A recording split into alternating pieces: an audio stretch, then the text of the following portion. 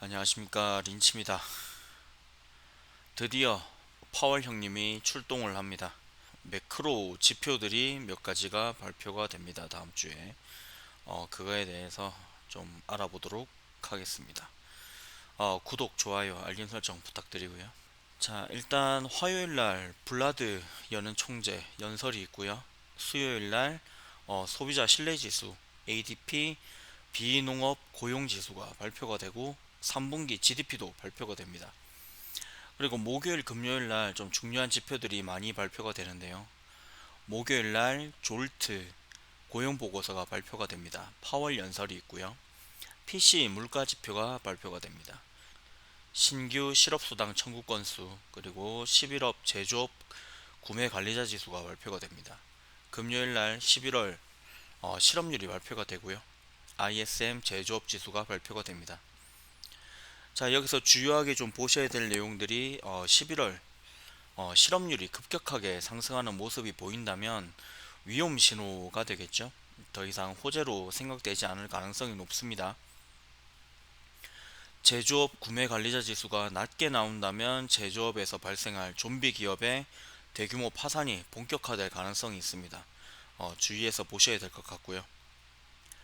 자, 드디어 파월이 출격을 합니다. 그동안 잠잠했었죠. FOMC 이후에 블랙아웃 기간이라 나오지 못하고 있었습니다. 예상되는 내용은 경기 침체에 대한 언급이 나올 것 같고요.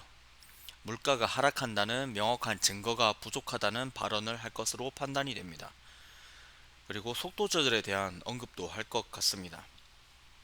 그리고 12월 FOMC에 관한 힌트도 기대해 볼만 하겠죠. 자, CME 그룹에서 내놓는 페드 와치 툴입니다.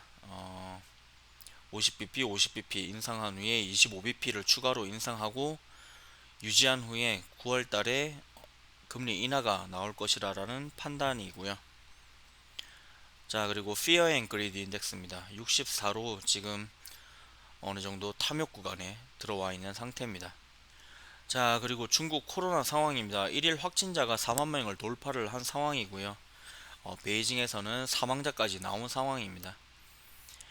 이렇게 되면 리오프닝에 대한 기대감이 사라질 수 있겠죠. 자, 하지만 이런 상황에서 중국 제로 코로나 정책에 반대하는 시위가 점점 커지고 있는 상황입니다.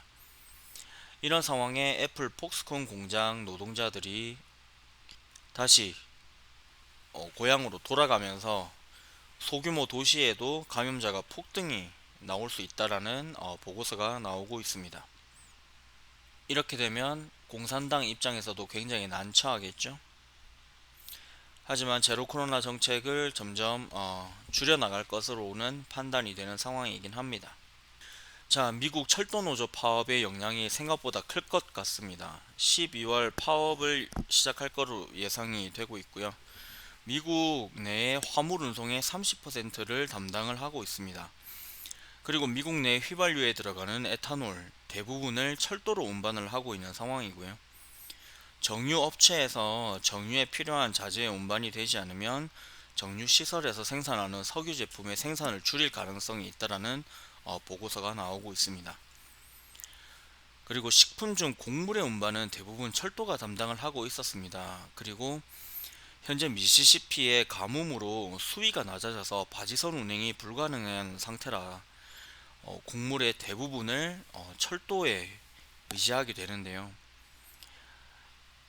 만약 파업이 시작이 된다면 식품 가격도 상승하는 상황이 벌어질 수 있겠죠. 그리고 통근 열차가 운행을 하지 못할 것 같습니다. 하지만 미국 대부분의 통근 열차는 거의 없는 상황이고요. 대도시에서만 운행을 하고 있습니다. 하지만 대도시에서 개인 차량 사용이 증가가 되게 된다면 휘발유 가격이 상승하는 요인이 될 수 있겠죠. 그리고 자동차 운반의 75%를 철도가 운반을 하게 됩니다. 이렇게 되면 운송료가 상승하게 되면서 자동차 가격의 상승 요인이 되겠죠.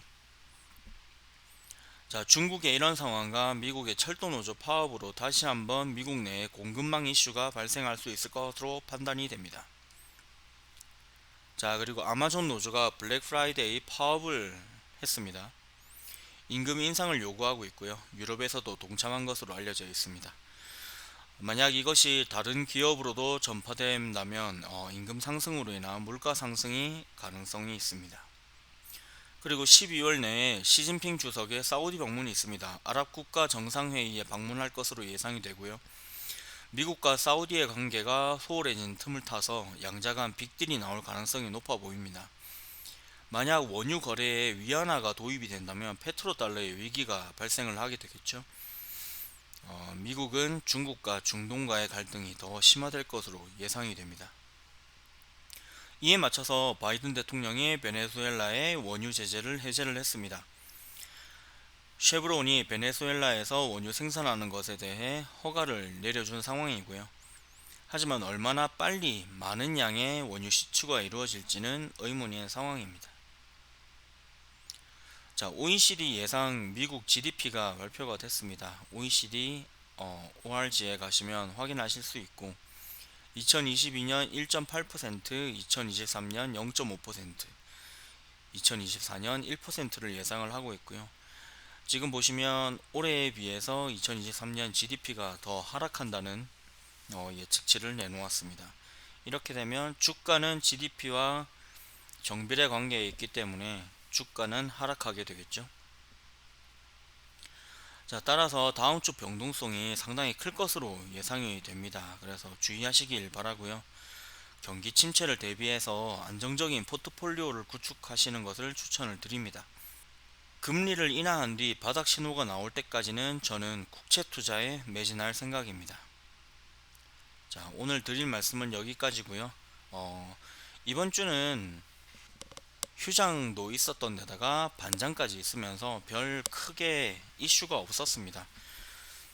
그래서 전해드릴 내용이 별로 없는 상황이고요. 다음 주에 이슈가 발생하면 또 찾아뵙도록 하겠습니다. 감사합니다.